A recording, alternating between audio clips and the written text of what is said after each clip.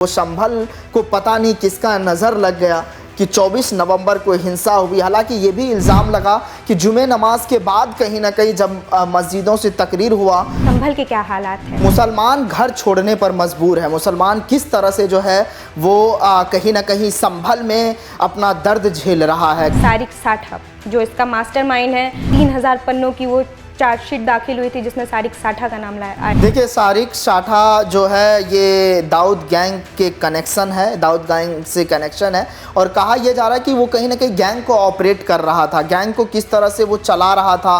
कहीं ना कहीं दाऊद ने तो नहीं संभल में हिंसा कराया, पाकिस्तान कनेक्शन जिस तरह से सामने आया। नमस्कार, आप देख रहे जनतंत्र टीवी का डिजिटल प्लेटफॉर्म। मैं हूं आपके साथ रुचि सिंह। आप सभी के लिए एक बार फिर से मैं लेके आई हूं अपनी इस खास कार्यक्रम को जिसका नाम है गैंगस्टर का पोस्टमार्टम। और आज जिस गैंगस्टर का पोस्टमार्टम करने जा रहे हैं और जिस विषय पे आज चर्चा करने जा रहे हो वो एक ऐसा विषय है जो पिछले कुछ महीनों से बहुत ज़्यादा सुर्खियों में बना हुआ है।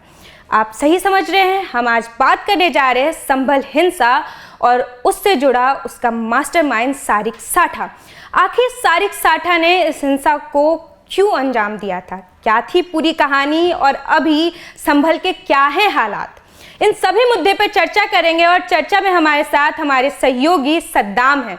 तो सद्दाम, सबसे पहले आपका बहुत बहुत शुक्रिया अपना बहुमूल्य समय हमें देने के लिए और चर्चा में हमारे साथ जुड़ने के लिए। तो सबसे पहला सवाल सद्दाम, जो लगातार अभी ओवैसी भी लगातार बोल रहे हैं और संभल के क्या हालात हैं, पहले तो आप ये बताएं कि संभल के क्या हालात हैं। बहुत शुक्रिया रुचि हमसे बात करने के लिए और संभल की जानकारी अपने दर्शकों तक पहुंचाने के लिए। देखिए, असदुद्दीन ओवैसी ने भी इस पर कहीं ना कहीं बहुत सारी जो है उन्होंने बयान दिया। उन्होंने साफ तौर पर एक इल्ज़ाम लगाया मौजूदा सरकार पर। उन्होंने एक्स पर पोस्ट करके कहा कि मुसलमान घर छोड़ने पर मजबूर है। मुसलमान किस तरह से जो है वो कहीं ना कहीं संभल में अपना दर्द झेल रहा है। कई घर के दरवाजे बंद है, किसी का घर जो है वो खाली पड़ा है और उसके बाद वो बाहर चले गए हैं। तो ऐसे कई सारे सवाल हैं जिसको लेकर जो है असदुद्दीन ओवैसी ने सवाल खड़ा किया है। लेकिन सच्चाई यही है रुचि, जो चीज़ें छन के आई संभल से, साफ तौर पर यही निकल करके आया। इंडिया टुडे की एक रिपोर्ट कहती है कि किस तरह से जो है वहाँ पर जो है मुसलमान जो है कहीं ना कहीं घर तो छोड़े थे लेकिन उस वक्त वो हालात नहीं थे। हिंसा हुई थी, घर में रहने का कहीं ना कहीं भय था, डर था, माहौल था उस तरीके के कि हमें कहीं जेल में फंसा न दिया जाए, केस में फंसा न दिया जाए। ऐसे कई सारे सवाल उठ रहे थे जिसको लेकर वो घर छोड़ने पे मजबूर हुए थे। ऐसा इंडिया टुडे की रिपोर्ट ये कहती है कि कोई घर नहीं छोड़ा गया। हाँ, कुछ लोग गए थे वहाँ से, उस इलाके के जहाँ पर मुस्लिम खास तौर पे था, और मुस्लिम वहाँ से जब निकल के गए और उसके बाद वहाँ से जब घर छोड़ के वहाँ जाना हुआ तो लोग यही कहते हुए नजर आए कि आखिर जो वो घर छोड़े या फिर घर में ताला लगा तो वो अपने निजी काम से गए। कोई दिल्ली आए तो दवाई लेने आए, कोई यहाँ आया तो वो अपने निजी काम से आया। लेकिन ये भी सवाल उठा कि प्रशासन को बता के आना चाहिए। सद्दाम, और इसमें एक चीज़ मैं और ऐड ऑन करना चाहूँगी कि एसपी के विश्नोई का भी बयान आया था जिसमें उन्होंने कहा था कि वैसे लोग ही संभल को छोड़ के गए हैं जिन लोग संभल हिंसा में शामिल थे। ये भी निकल के बयान सामने आया था सद्दाम। और इसके साथ ही साथ एक सवाल ये भी निकल के आ रहा है सारिक साठा जो इसका मास्टरमाइंड है, क्योंकि पिछले कुछ दिनों पहले ही 3000 पन्नों की वो चार्जशीट दाखिल हुई थी जिसमें सारिक साठा का नाम लाया। देखिए, सारिक साठा जो है ये दाऊद गैंग के कनेक्शन है, दाऊद गैंग से कनेक्शन है और कहा यह जा रहा है कि वो कहीं ना कहीं गैंग को ऑपरेट कर रहा था, गैंग को किस तरह से वो चला रहा था। इसका जो है कहीं ना कहीं कनेक्शन जो है आईएसआई से है।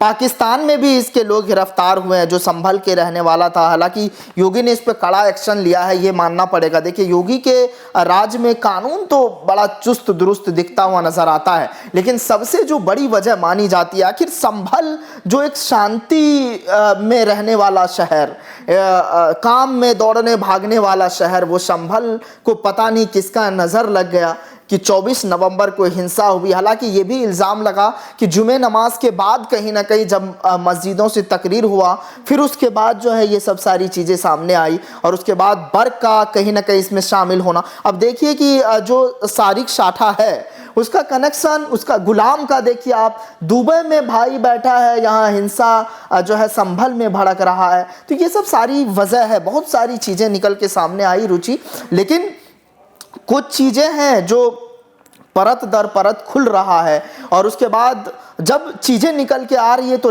ये भी लग रहा है कि आखिर कहीं ना कहीं दाऊद ने तो नहीं संभल में हिंसा कराया। पाकिस्तान कनेक्शन जिस तरह से सामने आया, आप खुद इस पे कई सारी स्टोरी की हैं, आपको तो इतनी आपने देखा है सारी रिपोर्ट्स को, और तमाम इन चीज़ों को लेकर बातचीत हो आपने रही थी। दाऊद का जिक्र किया है, तो एक रिपोर्ट ये भी आई थी कि जो मुंबई में 26/11 का जो पूरा जो माहौल था वो सेम टू सेम संभल में भी करने की बात कही जा रही। मुंबई का जो 26/11 था, जो ताना बाना बुना गया था, वो दाऊद कनेक्शन था, वो डी कंपनी ने किया था, जाहिर सी बात है। और इसमें भी वही निकल के आ रही है। उसके बाद ही तो उसे भगोड़ा घोषित किया। वो आज दाऊद भगोड़ा वो पाकिस्तान में बैठा है, हालांकि पाकिस्तान इस बात को लेकर कबूल नहीं कर रहा है, लेकिन संभल को लेकर बड़ा जिक्र होता है। संभल बहुत ही शांति वाला शहर है, आप जाएंगे, मेरा अभी जाना नहीं हुआ है, लेकिन अगर आप वहां जाएंगे तो पता चलेगा।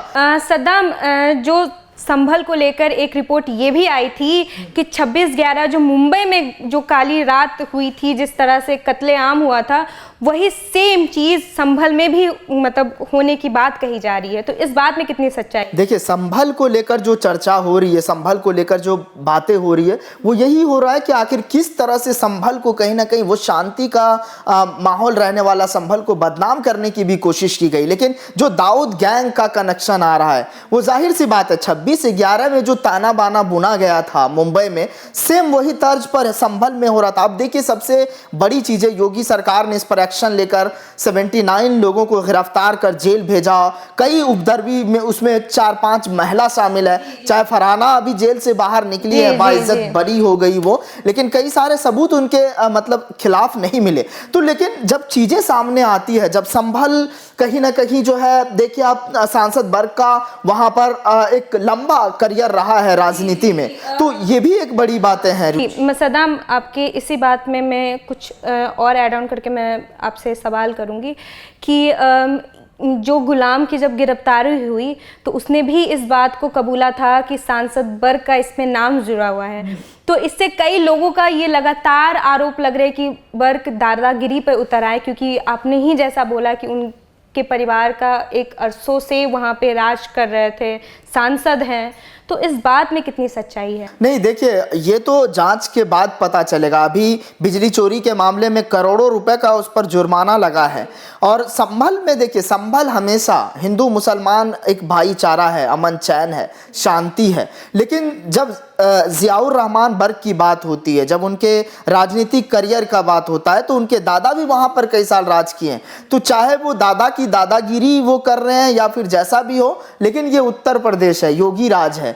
यहाँ पर अगर आप जरा सा भी कुछ भी चूक करेंगे, गलतियां करेंगे, तो सुधार दिए जाएंगे। जैसा कि अभी आप देख रहे हैं उस पर किस तरह से जुर्माना लगाया गया, फिर उसके बाद कई सारी चीजें जांच हुई, फिर उसके बाद बिजली चोरी का मामला आया, हिंसा में उकसाने का आरोप लगाया। कोर्ट इस बात को खंगाल रही है, किस तरह से सबूत मांग रहे हैं। हालांकि अभी कई सारी चीजें उसको इसमें जो है वो भी करना है, जो है पेश भी करना है अपने जो है कहीं ना कहीं जिस पर आरोप लगा है उसे धुंधला करने के लिए। लेकिन चीजें जो सामने आ रही है, चाहे वो संभल को लेकर हो, पाकिस्तान कनेक्शन हो, दाऊद कनेक्शन हो, तो जाहिर हो रहा है कि कहीं ना कहीं संभल को भड़काने की कोशिश की, संभल में हिंसा फैलाने की कोशिश की गई। संभल में जिस तरह से काम हुए, चाहे संभल में इस तरह की के जो भी चीजें हुई, तो कहीं ना कहीं किसी ना किसी का सहमत रहा है। सद्दाम, एक चीज ये भी बोला जाता है कि संभल को इसलिए टारगेट किया गया क्योंकि संभल की अगर आप कहानी देखें तो वहाँ पे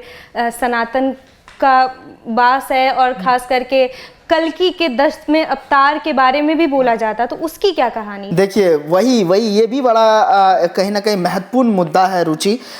आज देश में 100 करोड़ हिंदू है, वो इस बात को लेकर जानने के लिए उत्साहित है कि भगवान कल्कि के दर्शन कब होंगे। अब जरा इस बात को लेकर मैं एक सबूत के साथ आया हूँ। एक आंकड़ा है हमारे पास, इसमें जो है श्रीमद् भगवत पुराण में मिलती है कि एक लाइन है, मैं बताना चाहता हूँ मैं अपने दर्शकों को, हालांकि ये संस्कृत का शब्द है, मैं जल्दी बोल नहीं पाऊंगा। यथासो युग संध्यायाम दस्यु प्रेयसु राजसु जनिता विष्णु यशसो नामना कल्कि जगत पतिह। मतलब इसका ये होता है कि दो युग, कलयुग और सतयुग के सहयोग पर भगवान विष्णु कल्कि अवतार लेंगे और यश के पुत्र बनेंगे। ये ऐसा समय होगा जब पृथ्वी पर शासन करने वाले शासक जनहित के बजाय लूट खसूट अत्याचार में लिप्त होंगे। तो ये जिक्र किया गया, हो सकता है कि पहले संभल का नाम शंभल था, कई बार उसका जो है उच्चारण चेंज हुआ, लिखावट में चेंज हुआ, सतयुग में कोई और नाम रहा, कलयुग में कोई और नाम रहा।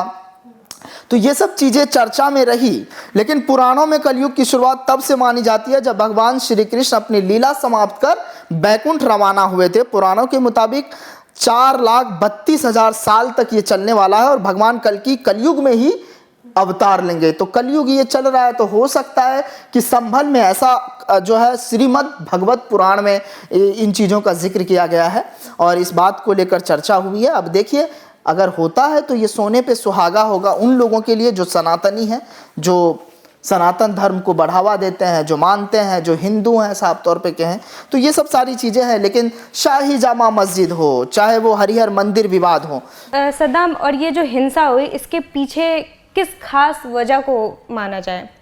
देखिए, संभल हिंसा मैं तो राजनीति को ही रंग देने की कोशिश कहूँगा, क्योंकि देखिए हमेशा हिंसा की आड़ में राजनीतिक चमकाई गई है, हमेशा हिंसा की आड़ में अपने राजनीतिक रोटियां सेकी गई है, हमेशा हिंसा की आड़ में अपने पार्टी को बढ़ाने की कोशिश की गई। अब देखिए ना, शिवपाल यादव का बयान आ जाता है कि जब सपा की सरकार बनेगी तो अत्याचार का पटकथा लिखा जाएगा संभल का। ऐसे कई सारे चीज़ें सामने हैं।